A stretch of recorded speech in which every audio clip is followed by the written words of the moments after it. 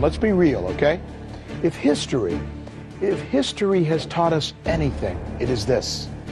Afghanistan is a place where empires go to die.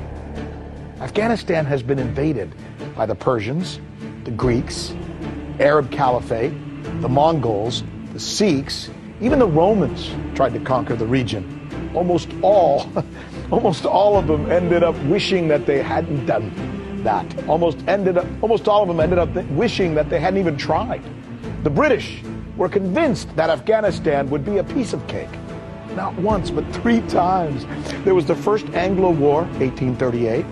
There was the second Anglo War, 1878. And then apparently asking themselves, come on, how hard can this be? They went in again. They went in for a third Anglo War. It was called the Anglo War of 1919. The outcome? Always the same. The British got their fannies handed to them. And it was the beginning of the end, really, for the British Empire, right? And there's the Russians. They too got their butts kicked in what they believed would be a very necessary and short-lived intervention. It ended up being anything but. In fact, it was a horrible mistake, admittedly, which turned out to be a major factor in the dissolution of the Soviet Union and communism. Why?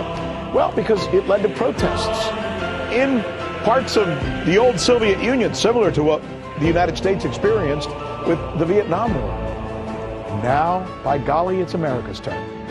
And 17 years later, there's still no victory in Afghanistan, no end in sight. In fact, most of the news is not good, and President Trump seems to want to shield it from us. Something that Ron Paul calls a betrayal of transparency.